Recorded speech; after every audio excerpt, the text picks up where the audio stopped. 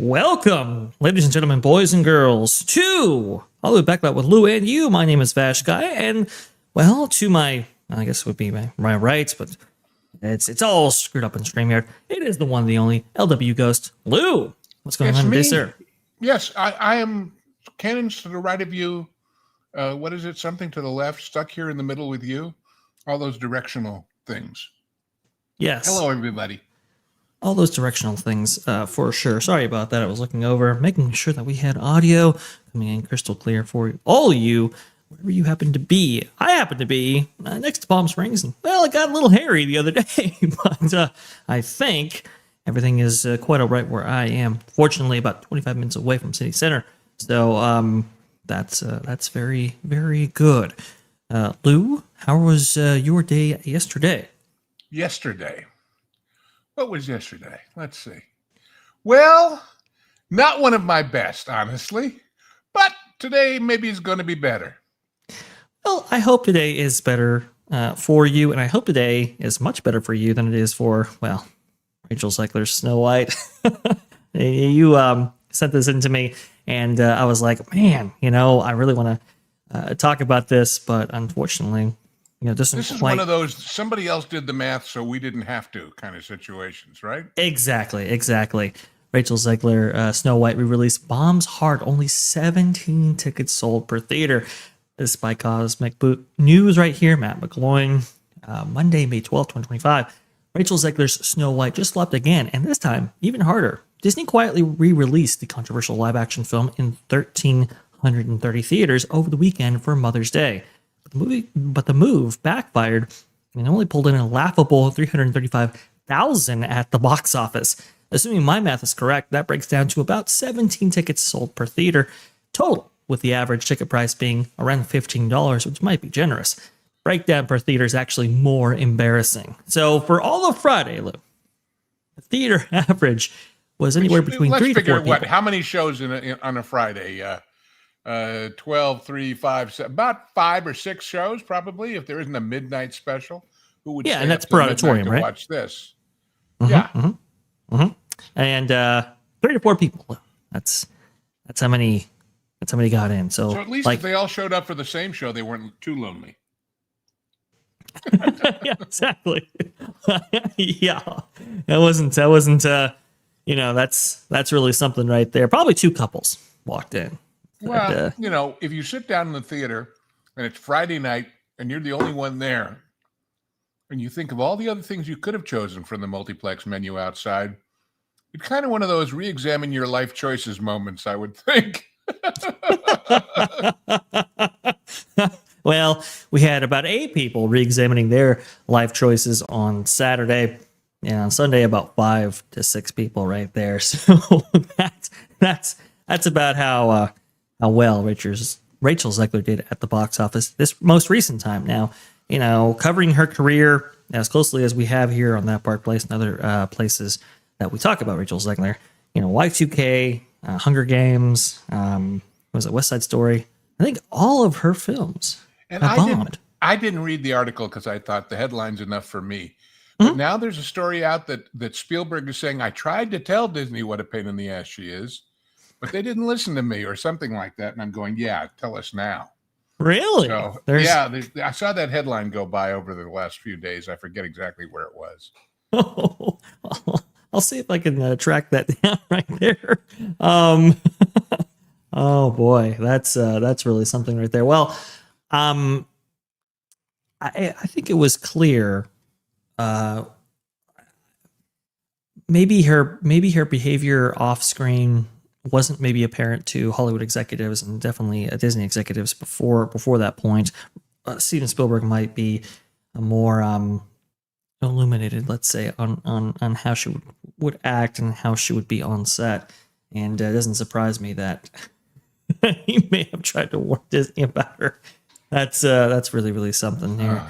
But the $335,000 also did nothing to move the needle for Snow White's box office. It's at $86 million domestically and $116 million foreign gross. Worldwide box office total. It's a dead issue. Let's just leave it at that. But yes. But as I've said, we always talk about lost opportunity cost. when we talked about Disney Plus and how if they had just licensed all these movies to Netflix or Amazon, which they're still doing, they would have made more money without the expense. Well, consider this. They just made this deal in Abu Dhabi, and they're going to get paid a huge amount of money to basically just say, here's the plans, go with it. And a huge license fee. And that's going to make up for a little bit of these massive flops at the box office. But what if they hadn't been flops? What if they had not taken an extra year of reshoots and an extra year of controversy? I love that very, very, very epic universe portal with mouse ears on top. But what if they were just breaking even on these movies, let alone making money? That would all be profit. Instead, it's catch-up time. Yes, and that's the really unfortunate thing because for whatever flop is out there, whether it be Captain America 4, Snow White, or any of these other movies that are coming out, that those box office gross receipts that the company was expecting, and especially the losses that they incur from them, they have to be made up somewhere, and usually that's the parks division. So as much as I would love to say, oh yeah, they're getting a nice bit of cash from the UAE in order to build this theme park in Abu Dhabi, this is going to be great for the parks business, and I think Josh Giamaro has alluded to such when talking about this. Let me see if I have that video as well. He's like, oh, we're going to turbocharge our parks division with this. And it's like, yeah, but that's great, but you're still looking at huge losses in the entertainment division. And I think that's also why or how Bob Iger might sell him to the succession committee, right? James Gorman and all that. Well, it's like, look, sell him to. He didn't have to sell anybody. He picked somebody and they're it. Yeah, that was a fair point. We could at least say that if you take the job, you have to get a better tailor, because keep on buying your suits in the little boys department at Saks Fifth Avenue, and you're going to keep looking like a cadet stuff, yeah. But I'm not a fan of the tight suits. Go ahead. But in fact, I actually wrote a little curmudgeonly essay that we might want to drop into the chat for people to read about Mr. DeMauro and his wonderful prognostication that Epic Universe will help Disney by bringing more people to Orlando, and that therefore everybody, rising tide will, not sink all boats, but other nonsense like that. It goes under the that's the one, Blood and Turnips. Let's go ahead and put that in the chat right there. You can see that in the chat right now if you want to go ahead and read that after the show. Go ahead. And by the way, I was pleased to see it show up in the brand new Facebook page that Park Place has. Yes. And where I could tell my friends in Facebook, hey, I know the guy that wrote this. So if you're not aware of that and you're on Facebook, go look for it and join up and like and subscribe and all those other things we tell you to do all the time. So there is that. Absolutely. I know that Park Place Facebook group, I know, Marvin's really he's working hard to try to get it going there and really try to make it a place, a one-stop shop destination where you can just check. You can see all of our coverage, all of our maybe YouTube coverage, like gameplays, all of that. So that should be a lot of fun right there. Let me see if I can go ahead and put that in the chat as well. I believe that's it. If I'm not mistaken. There you go. You've got that too. So super good stuff. And thank you so much, LW, for contributing the chat to the site like that, because I know your commentary is most beloved by our viewers and readers. Don't use that word. That's my next editorial that I just uploaded, all about all these words like iconic and beloved and that get over whatever. I appreciate it. But as I was mentioning to Marvin about it, there's a lot of people on Facebook who may not really care as much about theme parks as we do, or even, have any particular opinions about Disney. But there's lots that are friends of mine there that are people I went to school with and that are in law or business who are very interested in the business aspects of this story and certainly wouldn't spend $300 million on an animated movie because they know better. Okay. So Yeah, I guess we do have to talk about that for just a little bit here, talking about movie news. I tell you what bothers me about this stuff. Please. They had somebody do a quickie piece of concept art, and they said give it that Herbie Ryman-esque brushstroke effect, but don't be Herbie Ryman because you can't be. Mm-hmm. That thing with the Fortress of Solitude in the middle of it. I mean, come on, guys. A whole new world. Yeah, right. Yeah. Anyway. Yeah. It's vague on purpose, right? These are preliminary plans. They're probably going to have a team down at WDI just for this project. Oh, did you see the latest controversy? We already know that their friends in the LGBTQ community are angry because they're putting it in that evil place that doesn't like gay people. Those are usually the same people that are members of Gays for Palestine, of course, so they haven't got a leg to stand on. But now they're mad because they're saying that the lead Imagineer on this is gay. And I don't know if he is or isn't. I don't know exactly what his story is. But, oh my God, you're betraying your... No, he's working. He's doing his job. These are not rights groups or universal small U societies. They're clubs, they're businesses, and they have rules and they have obligations. And they live or fall based on merit, whether they'd like to believe otherwise or not. So nobody ever. I did see that. I did see that report there. So it was, I believe it was. We'll go ahead and put up the alleged preference here by the Mountain King. He is a prominent, I suppose, contributor to the Diz Twitter, I guess, or Diz X community. That's confirmed. Imagineer behind it, Disney Abu Dhabi, is, well, you can read that there. I wish all the best for all the creators involved, but it's crazy that the Walt Disney Company is sending their LGBTQ talent to a country that wishes them actual, and you can read that as well. I believe it's Chris Ridley, is that right? Which was amazing reporting, by the way, or is it Zach Ridley? Yes, Zach Ridley. Sorry, I do apologize. This amazing reporting, by the way, by Caroline Reed of Forbes, who knows the area and knows this story quite well. So thank you for that. It is, I would say, it is interesting. I think it is. I think it is work. And look, I mean, if you're going to have morale that wants to do business with Disney, then that comes with all the sides of Disney. I guarantee you, A, they won't have a Pirates of the Caribbean bar experience, but B, I bet you Bob and Josh and the rest of them have ever had a drink, and for that matter, the sheikhs as well. So, and I mean, as in Arab sheikhs, not as in the sheikhs from having too many drinks. Yeah.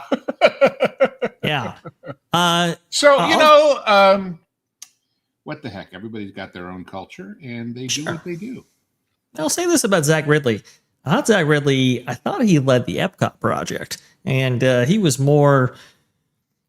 I believe this was a gentleman whose Instagram was filled with floor treatments, hardscaping, and so forth, and he seemed to be most passionate about that, which was very interesting. I will say this. If I was morale, maybe I'm not going with Zach Ridley to lead this project if I'm looking at the... You mean he's the guy that took the fountain out? I believe so, yes, if I'm not mistaken. This reminds me, for those who don't know, that the director, Mike Nichols, originally did a stand-up comedy act with a woman named Elaine May. And one of their things he was interviewing her as the head of the Beverly Hills Beautification Committee. And you might not know that one of the major thoroughfares of my hometown is called Cannon. And it's really Canyon because it's got the little tilde, but nobody ever pronounces it that way, Cannon Drive. And there's also a Palm Drive. And so as the Beverly Hills Beautification Committee person, he asks, so you're the ones that put the palms on Palm Drive? No, she says. We put the palms on Cannon Drive. We put the cannons on Palm Drive. So... Oh, I love that. I love that. It's like the Iceland, Greenland thing. Oh, that's great. Oh, fantastic. Well, yeah, Zach Ridley. Oh boy, I'm not quite sure about that. A lot of people are saying it's going to be an indoor theme park, given the heat and the average temperature. It's a dry heat. It's a dry heat. Well, that's the thing, Lou. I don't know if it's so dry. I'm looking at the humidity right now. It's going to be hot. It's going to be really, really hot. So. Well, I have a friend in your neck of the woods in Phoenix, Scottsdale area, who told me that once upon a time it was dry, but by the time they put all the swimming pools into Phoenix, that actually raised the humidity by a considerable amount. That and the rice paddies. It used to be a big rice growing area, Oh, yes. Yes. So terraforming it ain't, but weather altering it could be. So we'll see. Weather altering it could be. I am very interested in this project and how this will all shake out right there. We're still in the very preliminary developmental design phase of it all. And apparently, Bob Iger was so proud of this deal. He showed it off to the 47th president of the United States, and to which the president actually praised the deal. So very, very interesting indeed. We'll have to keep an eye on that as well. But speaking of keeping an eye on something, well, at least one eye. Ooh, that's not the best joke. This is so insane. Elio budget reportedly skyrockets towards $300 million as Pixar scrambles to finish troubled production. Despite Marvin Montanaro, Pixar's next big release, Elio, is shaping up to be one of the most expensive animated movies ever made, with sources now estimating its production costing nearly $300 million before marketing. The eye-watering figure puts the Elio budget in the same cost bracket as major live-action blockbusters, and far beyond what's typical for an animated feature, even by Pixar standards. So you're typically looking at, as the article says, and Marvin's great reporting brings out here, like $150 to maybe $200 million for these animated films. I know, like, previously one of the most expensive animated movies was Tangled, but that was only because it was in, I think, development and production for maybe 20 years on and off. I mean, it was a long, long time right there. Once led by Glenn Keane. Yeah, they wanted to do the Rapunzel story for quite a while. Right. Exactly. So, and it took multiple iterations. One, I remember one take on it was going to be something like, it was going to be like modern teenagers being transported to the past or something like that. And then like the story of Rapunzel plays out with them. It was like weird and bizarre. I think the new directors came in and refocused the concept, made it a little bit more traditional. And as a result, very, very popular. Really worked out for Disney. But when you see 300 million, yeah, for an original movie, by the way, can you imagine? Mm-hmm. Speaking of an original movie, mm-hmm. if Walt came to his brother way back when and said, "Listen, we're going to make an animated feature, not just shorts and cartoons and training films for the Army and all the other things we're doing. We're going to make an actual feature with animated characters, and it's only going to cost $300 million." Well, I mean, as crazy as that sounds, Walt would do stuff like that. For example, like Sleeping Beauty, right? That was $6 million. It was the same cost as the Matterhorn. That's the amount of money that we're talking about back in 1959. But Sleeping Beauty was extremely expensive because it was, 70 millimeter. It was huge. It was one of the largest productions that they had ever had up until that point. And the art style was so demanding that it really did slow down the animators and really increase the budget and so forth. But at least that you could say, well, it's based on a Grimm fairy tale and so forth. There's a built-in audience based on our previous work, bringing these princess-type tales to life through animated works and so forth. This is a completely original story, completely original concept, completely original film, being, budgeted $300 million.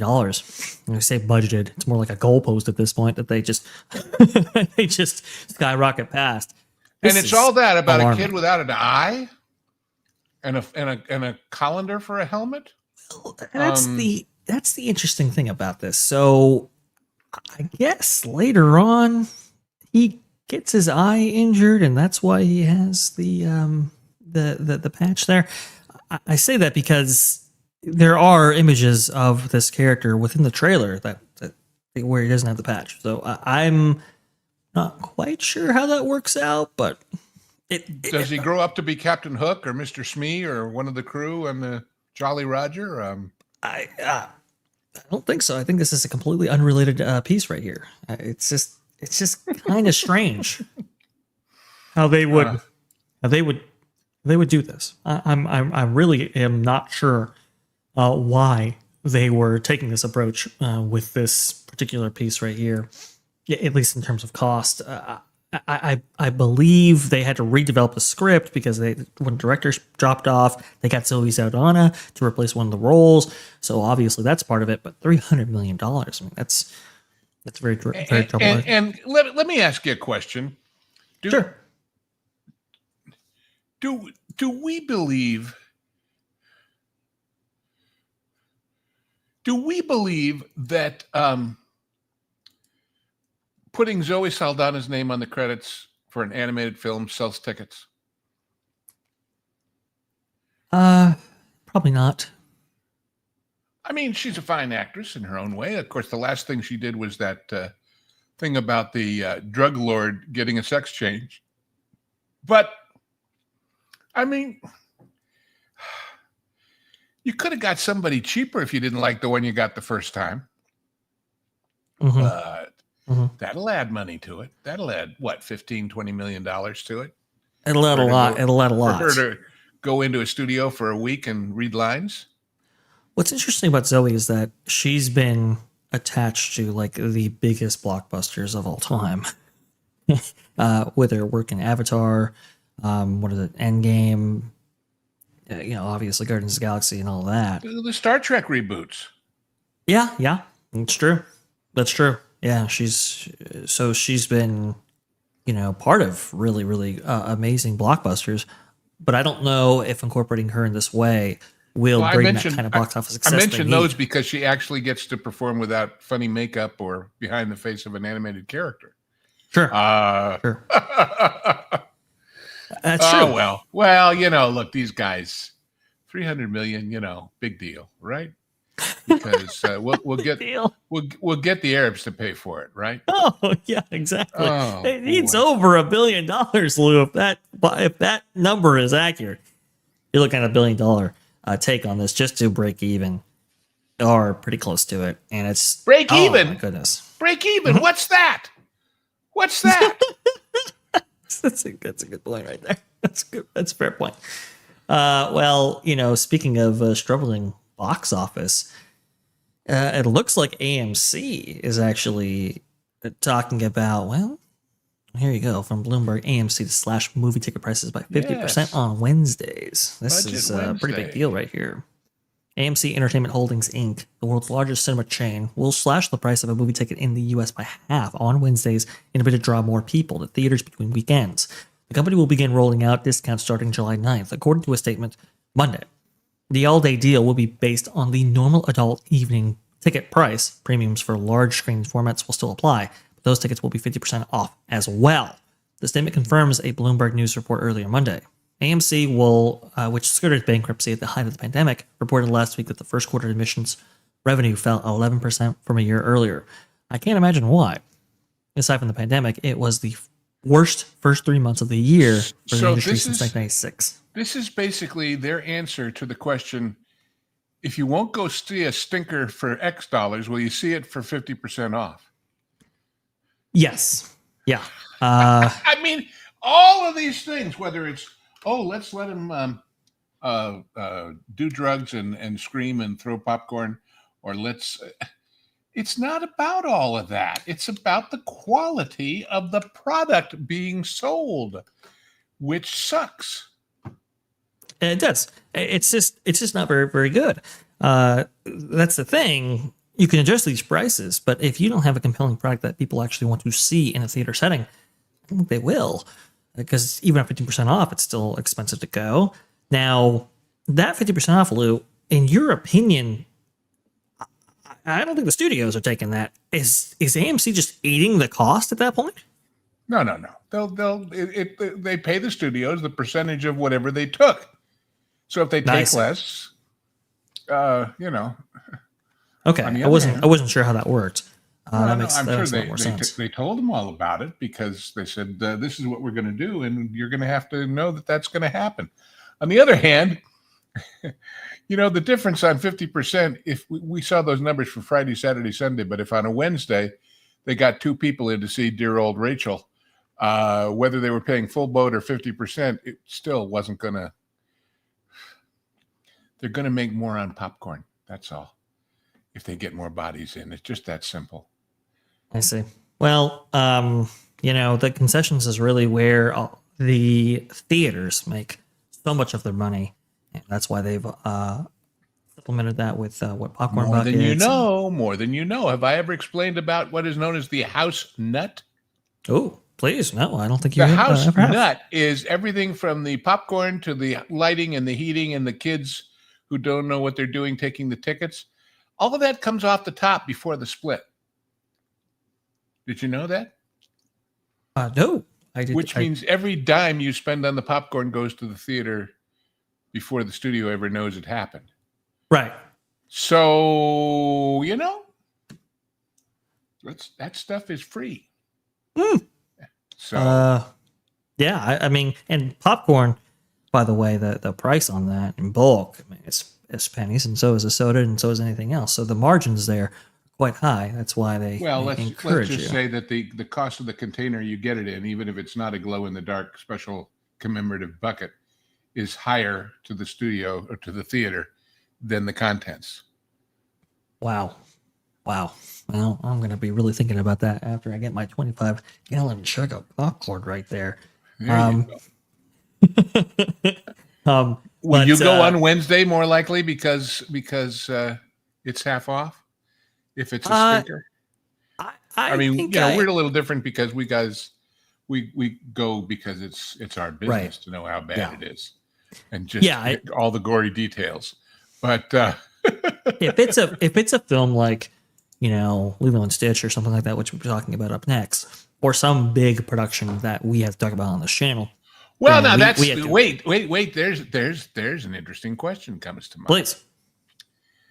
If it's a movie that's a hit, and you know you want to see it because you've heard it's wonderful, why wouldn't you wait till Wednesday? In other words, to what degree does that 50% off on Wednesday cannibalize Friday, Saturday, Sunday? Right. Yeah. Because we see that in like the streaming space as well, where some people will just opt to wait. I think that's a very good point. And that's, I guess, the risk incurred by doing something like this. For us, we kind of have to see it because, you know, it's the job, and we want to go ahead and provide accurate coverage for our audience right there. But I can definitely see a lot of people doing that. I would say for me, like, you know, outside of these kind of big blockbuster tentpoles or something that Disney is putting out, like Sinners, for example, I don't know if I would necessarily find myself in a theater setting to see that film. But if I know it's 50% off on Wednesdays, sure, I'll be much more inclined to see it that way. At which That's point, just my take on it. Nobody makes more money. Everybody makes less. In other words, it's not going to inspire people very much to go see flops that are famous as flops, but it's also going to skew the numbers for hits. Right. Nobody thinks these things through. They just want the headline. Well, if AMC can't really affect the quality of the product that they're putting out in the form of theatrical releases, what other choice do you have than to affect the value statement to get people in the door? Well, good question. How much value is there in a stinker? I mean, literally, if it's really, really, really awful, and everybody knows it's awful, and it's been portrayed as awful in every kind of media, social and otherwise, it's as if you said, hey, guys, if you come to my restaurant on Wednesdays, everything is half off. Of course, we're going to serve you the leftovers from Tuesday and Monday, and they're going to be rotten, and they're going to make you sick and go home and get barfy. But hey, it'll be half off. Would you go? Yeah. You know, there's an old advertising axiom about the dogs just wouldn't eat the food, you know, no matter what it costs. So, God. Yeah. It's I just think it's insane. I think it's counterproductive, and nobody wins. Nobody wins in this deal. But that's just curmudgeonly old me saying. When you say they can't control the product, yeah, they can control it. They can control it by saying, we'd rather have 3 of our 12 screens working with ones that we think are going to make money, and just shut the rest of it down, and then go to the mall or wherever they are that they're paying rent, and say, we have to renegotiate our deal, and unless you want us to just quit here altogether, and you'll have no draw for your food court tenants, and no draw for your stores for shopping before and after the film. And I bet you they could make that deal work. They could make that deal work if they wanted to try and be sensible. That's a big hit. So AMC is such a big theater chain that it should show up on the box office report. The effects of this, like the theater per theater average, or maybe if there is a bump, we'll actually see that as well. I'm very curious to see after that date they implement this, what those box office numbers are actually going to be and how this might impact the audience and their viewing habits. Very, very interesting indeed. Speaking of interesting, Walter Tomaszewski with the $4.99. The park in Abu Dhabi is going to have falling lampposts, bubbling sewage, collapsing ceilings, and animatronics stuck in T-pose to make it real Disney. Yes, exactly. I think morale is going to... Wait. You mean please. Everything goes wrong? Yes, and something goes wrong. I think morale is going to have far higher demanding standards than what Disney themselves would put on themselves. So, because, I was just seeing some YouTube videos about luxury hotels in the area. They don't go cheap. They don't go, a faux luxury. They really want to provide quality experiences. And Disney is cutting corners that we've seen in their practices with, community core hall and all that. That's not going to work for them. Like, they really have to step it up and big league in order to satisfy morale and this contract, I would think. But maybe I could be wrong. And for those who are not aware of what you're saying, Miral is the company under which Abu Dhabi is doing this deal. Correct. They don't mean morale as in people's good or bad feelings. Yeah. So it's just a good clarification there, Leo. I should probably point that out as well. But thank you for doing that. Oh yes, anyway, Thank you, Walter, for that. It's got to be at least the quality of Disney Sea, doesn't it? Oh, at minimum, maybe even higher though, because the discretionary income for something like Japan is far different than this region of the world. When you have, VR would say, when you have your police force with Lamborghinis in order to keep up with the sheer amount of money in this region, it really just put you on a different level sure. But that money is not everybody. That money is the elite. Oh yes. Oh yeah. It's just so and this park is not aimed at domestic audiences. It's aimed at transit audiences. They call it a crossroads of the world because people change planes there to go somewhere else. My brother recently went on a luxury cruise in Southeast Asia, and he lives in Dallas. But they got there by way of the UAE to change planes, and as long as they were there, they stayed 3 or 4 days to look at stuff, But and that's what people do. That's very true, and obviously, who they're marketing towards is very different than maybe the local elites, like you said, Lou. But I would say that if you want to have anybody of that persuasion visit your park, you can't have a subpar product. And so I expect this to be. It'll be quality, no doubt about it. Yeah, no doubt. Indeed. Jim Monroe, hate to break it to you, but Disney brings in $150 to $200 million a day. That is true, but remember, that's not pure profit. Okay, that's revenue. And when you have the operating costs for a theme park, okay, please. To give you an idea, Jan, I remember years ago when everybody was trying to be conscientious about the environment and about water usage and whatever. And Disneyland in Anaheim was the most conscientious place for limiting water use. And they still used more than anybody else. Why? Because no matter how low flush they are, when you've got 50,000 people going through a place flushing the toilet several times a day, you're going to use a lot of water. And all those little motors that are starting up and shutting down and starting up and shutting down to move things or people, every time you start and stop a motor, it's the vast majority of its draw. Constantly running is a different story, like we talked about last time about the whole system of the people mover and the Ford exhibit and all of that. But all I'm saying is you can cut corners and you can cut expenses without cutting quality. They instead choose to cut quality and maintenance, and then we see popcorn carts and freezers catch fire because nobody checked the belts lately. There you go. That's it exactly. You have your revenue that you bring in and your operating costs that it takes to run it on a daily basis. So that's the pivotal point there. But speaking of something that is also pivotal, let me go ahead and see if I can go ahead and present this on my screen while talking about this. The reviews, early reviews for Disney's next live action feature, Lilo and Stitch, have come out from certain outlets that have been privy to actually seeing this. And this by DBAPZ on Twitter. Lilo and Stitch is the biggest surprise of the year and easily the best Disney live-action remake yet. Dean Fleischer camp crafts a joyous family adventure that captures the chaos and charm of the original. It's out of this world hilarious, heartwarming, with a star-making performance from, I believe it's Maya Kiloa, if I'm not mistaken. Very nice. Another review from Christopher Rates It, or Luminous Dagger on Twitter. Lilo and Stitch is the embodiment of everything Disney represents. It is without a doubt one of the best Disney live-action remakes and is easily the best family movie of the year.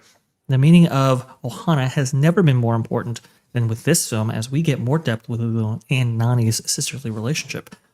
Maya Kiloa shines in the spotlight with her breakout role, perfectly encapsulating the essence of Lilo, bringing both tears and laughs with her performance. There are some scenes which feel like a one-to-one recreation, and there are also new additions, some welcome and other questionable, as character dynamics are switched around. If you're a fan of the original, you'll appreciate what this film has to offer and how closely they've stuck with the messaging with its changes. If this is your first time with Lilo and Stitch, prepare to have a new obsession. Your thoughts on all of this, Lou, about everything I've seen about it? It looks delightful and marvelous. And the obvious question is, as we say in my tribe, why is this night different than all other nights? I mean, if they can do it right, why do they do it wrong so often? And I think the answer is they went back to the original guy. They said, we want to do what made magic the first time. Obviously, this little girl is spectacular, but I guarantee you they saw a lot of little girls before they picked her, and they were very careful, and they're going to sell a lot of plushies. This thing is going to be huge. And again, what if it was huge and all these other flops had just broken even? You'd be ahead, right, instead of behind. As good as you can do with this, you're still going to be behind. And that's the problem. Yeah, that's the real issue with this, isn't it? Because obviously you're looking at each division to pull its own weight. And yeah, they're going to spend a lot. They're going to spend a lot of money from the parks in order to shore up these entertainment divisions and to make up for these losses.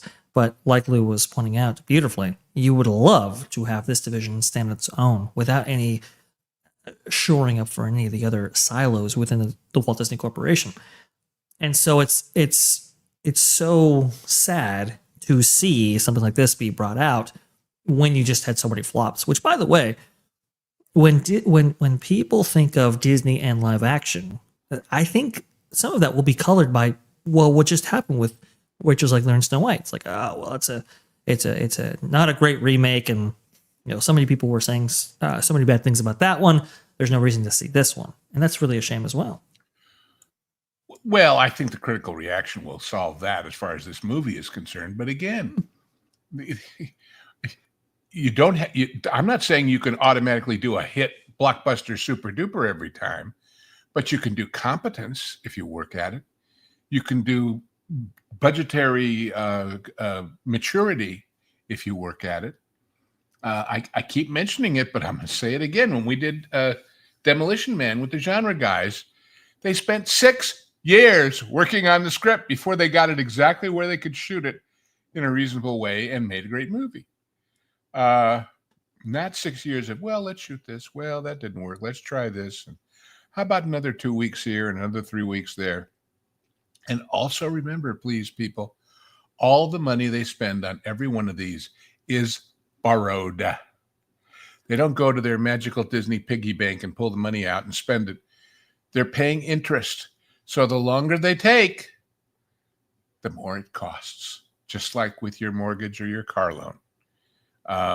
So this looks to be delightful and wonderful and marvelous, and I'm looking forward to it.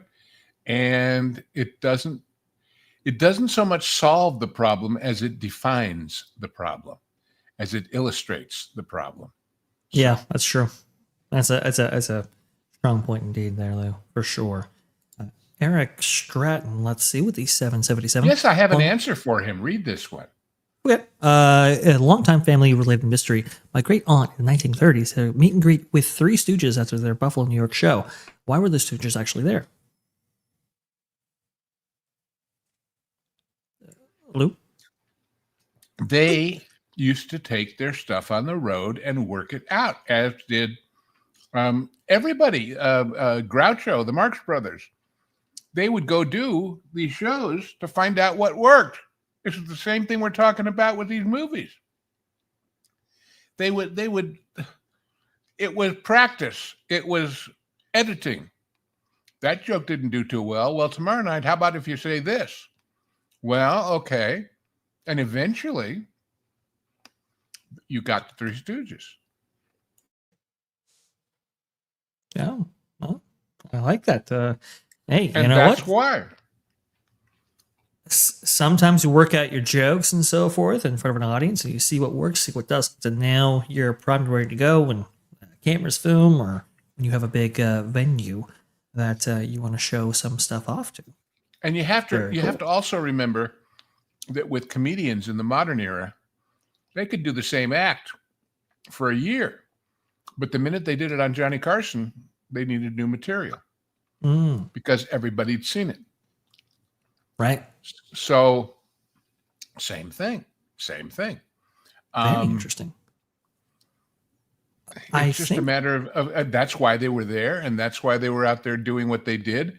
And they had a history in vaudeville and a history in live theater. And, that's how they were so good. They rehearsed. That's how all of these people we've seen doing Streetmosphere at Epic are so good. They rehearsed. And at the event that you went to at Universal Hollywood, they rehearsed. They didn't just say, okay, you play Marty McFly and you play his mother, and we'll just go wing it. No, children, that's not how it happens. Everything should look effortless. Everything should look spontaneous. Frankly, the greatest comedian I ever saw at that, personally, was Cosby. When you went to see Cosby in Vegas, and he came out there and just started talking, he made every bit of it seem as though he was just thinking of it as he went along. He wasn't. It was rehearsed. It was planned. It was done. But that's how pros do what they do. Never mind all the other stuff he did. That's another story. But anyway, it's called being professional. It's called, there used to be a phrase that was used in the multi-level marketing community where they said, if you treat it like a hobby, it'll lose money like a hobby. If you treat it like a business, it'll make money like a business. Well, this is a business.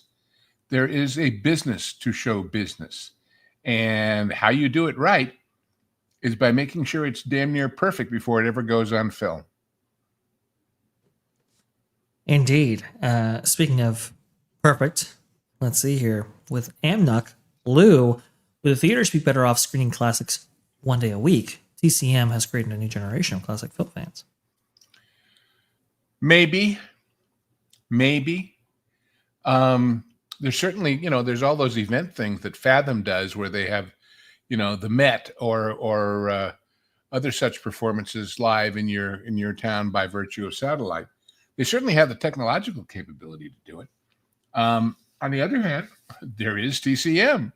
And why should I get up and go out and, if I can watch it at home? So remember when they started colorizing everything that was in black and white, because people they'll keep turning channels if they see black and white. Wasn't true then or now, but that was the impression. So I don't know. But if you think about it, Amnuk, isn't that what Hulu does when they run series like Suits and these other shows that have been around for 10 or 15 years?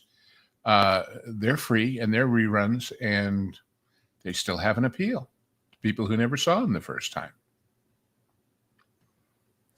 Very interesting. CC also has this question for you, Lou. Do you think actors care much if a movie flops since they get paid either way? Oh, hell yes, they do. They got paid either way. Well, most of them are getting some kind of piece on the back end if they're of any prominence. Mm-hmm. But beyond that, there's only so many losers you can do in a row before people start to blame you. Rachel Zegler. Yeah. They care. Sure. Remember Lou's axiom: nobody sets out to make a stinker. Everybody wants to make it good. Whether they know what good is enough to do that, that's iffy. But that's just how it is. Just how it is, indeed. We have one last story here. Speaking of making things good, there is somebody in Hollywood that tends to make some really, really good things, and that is Christopher Nolan, and making it even better, it would appear. Hollywood Reporter has this story. Christopher Nolan's Odyssey will be the first blockbuster shot entirely on IMAX film cameras. After Oppenheimer, the big screen company designed new cameras and production tech to allow Nolan to shoot on IMAX on film, end to end, in his upcoming epic, not just select sequences. This tweet right here from Man, is that expensive? Yeah. Yes, it is. Man, is that expensive? I mean, I think somebody had the stats for all of his IMAX laden works before, and like how much of the runtime was actually consumed by IMAX cameras. And I think Oppenheimer topped out like maybe 32 minutes, so 2 hours. That's or maybe even 3 for Christopher Nolan production. That's a lot. Nolan analyst says this. IMAX CEO Rich Galfond confirms that Christopher Nolan's The Odyssey will be shot entirely on IMAX, a first in cinema history. Quote, Chris called me up and said, if you can figure out to solve the problems, we'll make Odyssey 100% in IMAX. And that's what we're doing. He forced us to rethink that side of our business, our film recorders, our film cameras. And the new IMAX cameras are reportedly 30% quieter and substantially lighter. Galfond said new film scanning and processing techniques will allow a faster turnaround for dailies. The new film cameras are reserved for Nolan for now, but after he wraps The Odyssey, IMAX will begin renting them out to other directors. This is absolutely massive. Like you said, Lou, very expensive negatives. I would expect a very expensive daily process just to see those dailies. Yeah. And I have heard from people who have been part of Nolan's productions and have seen these things go off. It's like a tractor going off, which is why you don't typically use these for like dialogue scenes and so forth, because you maybe want to use it audio.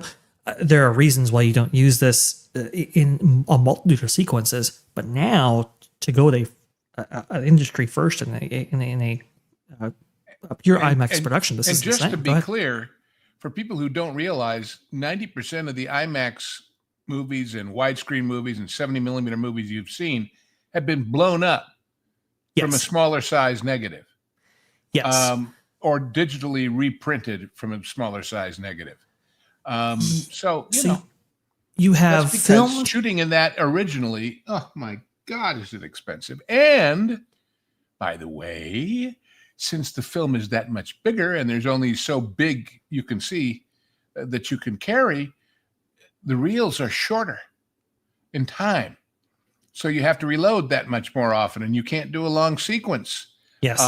So there are lots of reasons why it's been unheard of, and I guess he's got the clout to make it happen. This is pretty intense. Now, I think you brought it out beautifully, Lou. You have filmed for IMAX and filmed with IMAX, and there's a distinction between the two. To break down that distinction, this is I'm Patrick T. With this video, about 2 minutes, very, very short, but I think he goes into it quite well. Let's go ahead and listen to what he has to say about all this. Okay. There's a lot of confusion on the internet between filmed with IMAX and filmed for IMAX, so I'm going to try and break this down for you real quick. News came out that Christopher Nolan's new movie, The Odyssey, is the first major picture to be shot entirely on IMAX cameras. And this has sparked a little bit of a debate. A lot of people are saying Avengers Infinity War was the first movie to be shot with IMAX cameras, and this just isn't true. There's two little phrases you need to pay attention to when you see IMAX marketing. There's filmed with IMAX and filmed for IMAX. The majority of IMAX films you're seeing these days is filmed for IMAX. Thunderbolts recently, that is a filmed for IMAX movie. This means they did not use IMAX film cameras, they used a digital camera that was certified by IMAX for IMAX presentation. Some of the IMAX certified cameras include the Sony Venice, the Alexa 65, the Alexa Mini LF, even the Sony FX3, which is a mirrorless camera you can buy at Best Buy, is technically IMAX certified because the creator had an IMAX release. Now, these are not bad cameras, and IMAX is still a great presentation and a great way to watch a movie. It's not just the image, it's also the sound and the layout of the auditorium. It also means you're gonna get expanded aspect ratios. So a movie like Dune and Dune Part 2, they didn't use IMAX film, they used IMAX digital cameras, so you will get expanded 1.43 ratios and 1.90. So what the heck is Christopher Nolan using? Nolan is using an actual IMAX film camera, and you know this from recently when we had Sinners that came out. Ryan Coogler did a great job explaining what IMAX film is and all the various formats. That is an IMAX camera, and in my opinion, it's the only real IMAX camera. The IMAX sequences that you like in Nope, in Sinners, and in Oppenheimer, those are IMAX film cameras. These things are loud, they're expensive, they're huge. As of now, no digital camera, in my opinion, and also in Christopher Nolan's opinion, comes close to the quality, the fidelity, the richness, the way an IMAX film camera looks. It's the highest quality imaging format ever devised. And I've said this many times that an IMAX film projection is the best way to see a movie these days. So I am super excited for The Odyssey, and it's incredible that they're using IMAX film cameras for the entire movie. And now you know the difference between filmed with IMAX and filmed for IMAX. There you go. I thought that was okay. He didn't really get into the simple truth. Mhm. It is this: there are more pixels in a plain old 35 millimeter frame of film than there are in 4K and higher resolution digital. There just are. And pixels are dots of light. Pixels are what holds the image. And if you can cram more of them into a screen, you're going to get a better. But now, on the other hand, I'm sure lots of us have seen video or still shots of, like, well, the ones I've seen most often have been from the original Ghostbusters, where they show the Stay Puft Marshmallow Man walking down the street in miniature, and you see these guys pumping smoke into the screen, kind of like those beekeeper smoker things. And the reason is, this stuff is so sharp, it's too sharp to be believed as real in some cases when you're doing miniatures and things. So they have to knock it down by physical means, still get the quality, but have it not be quite so perfect, because otherwise it doesn't read as real. So there's all of that. That's a good point right here. Details on the new IMAX film camera that Christopher Nolan is using for The Odyssey: 30% quieter than existing IMAX film cameras. Enhanced stability and exposure, increased precision and control for even more stunning visuals, advanced construction, lightweight, multi-layer carbon fiber body for optimal performance, brighter optical viewfinder, unparalleled clarity for on-set composition, developed but with Panavision. I believe Panavision also contributed a number of specially designed lenses for many of the Panavision is everywhere, and most people, when they see the word Panavision, oh, well, that's the size. No, that's the physical cameras. They rent them out. I think I've told the story, but maybe some of you haven't heard of it. One time on one of the shows I was doing, we got a camera that had this plaque on the side, a Panavision camera, with all of these famous movies that great British cinematographer Douglas Slocum had done. We thought, what the heck is that? Turned out that camera had been sitting in a display case in Panavision's London offices, and they needed so many pieces that season for television that they said, no, send it home. We need to use it. It was mothballed, but they brought it back into service because they physically didn't have the cameras. So, sometimes you got to do that, right? So, yeah. The insert shots that you see in Oppenheimer, where you have like the main character himself, and he's kind of like thinking, and you have like a kind of a visualization of atoms going off and so forth. Those are all practical effects, and those were shot with a very special lens developed by kind of Panavision in order to create those effects. So, or I should say, capture them into the IMAX camera, where maybe you couldn't take the IMAX camera underwater. That lens could be, and that's how you get some of that stuff that you actually see on the screen right there. Very, very interesting stuff. I will say this: live 4K dailies, immediate review of footage in stunning resolution. That's significant right there, because you got to think, with an IMAX camera, your focal length is unbelievably small. I mean, I've heard it's millimeters in some cases. So the ability to actually review your footage, within seconds, especially for something that's being filmed with film, is, I think, very significant. But Lou, maybe you have more commentary on that specific portion. Most dailies are not color timed. Most dailies are not anything like what the eventual image is going to be. They're there to see performance and performance only, not to judge the quality of the images. Mm-hmm. So being able to do it this way is huge. Of course, interesting. The downside is now the cinematographer and the gaffer and everybody else is in the daily room, and they're judging and complaining. And what if we did it this way? Can we shoot it again?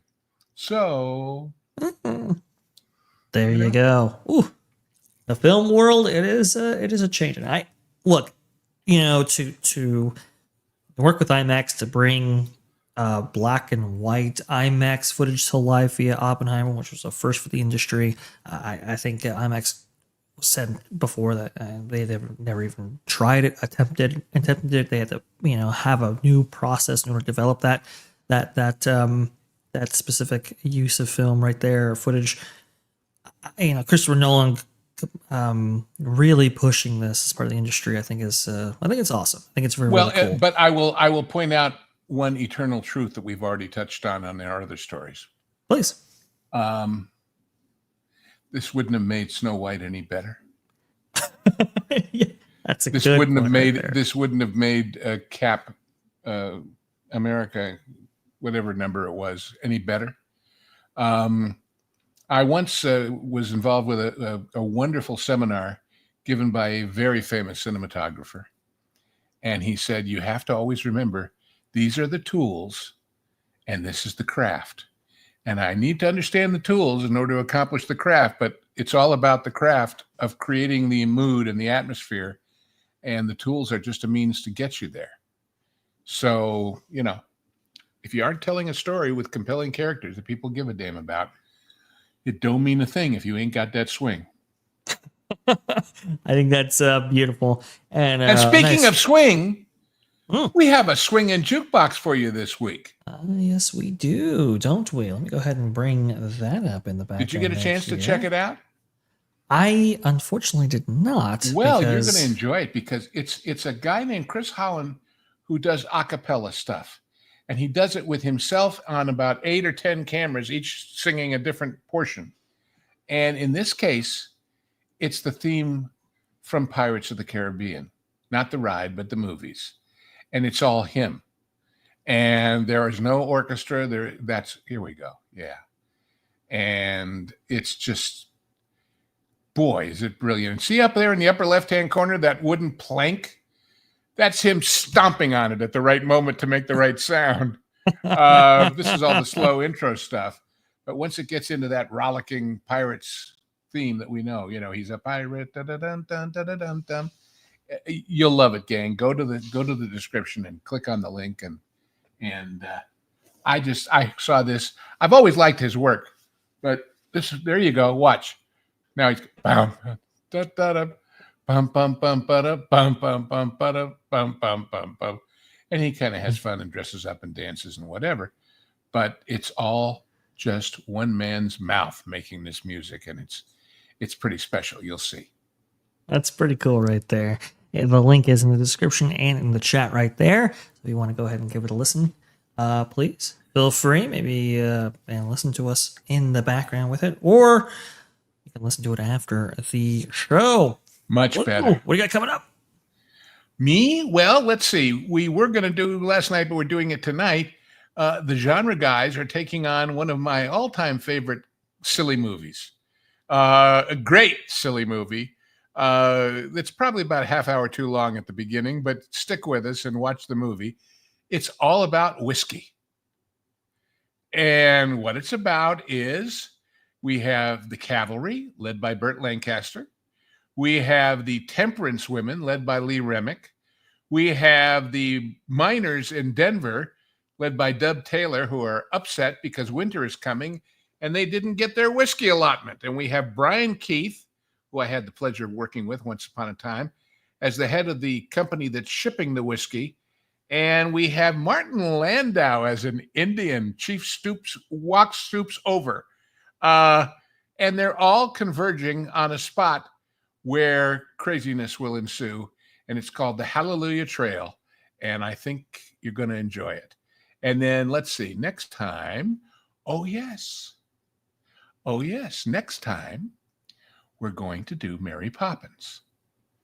Ooh, Mary Poppins, one of my favorites. That we're going to do one of my other favorite crazy fantasy Western things, directed by George Pal and starring Tony Curtis, or not Tony Curtis, what am I saying? Silly me. The Seven Faces of Dr. Lowe with Tony Randall and Barbara Eden and Whit Bissell.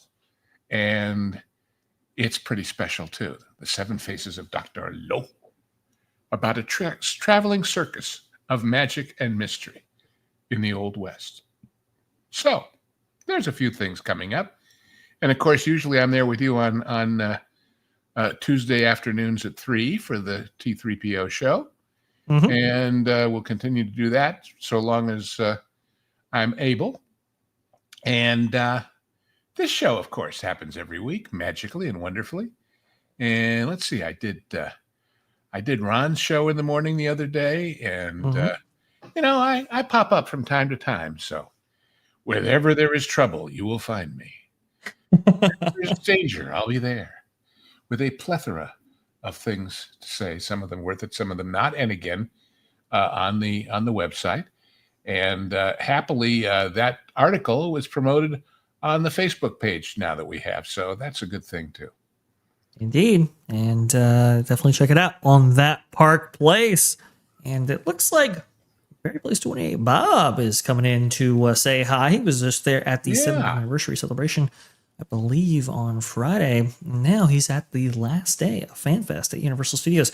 And that's actually where we're going to redirect you to. He hasn't started live streaming yet, but definitely go ahead and turn on the notifications for when he does go live after we redirect you right over there.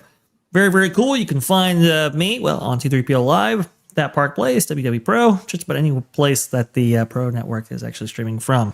And if you want to go ahead and contact us, you can go ahead and do so at T3Ponline@yahoo.com. Perfect place for questions for the show or anything else you might fancy when it comes to, If you're questioning your life choices, keep them to yourself. If you're questioning for the show, send us your questions. Please do.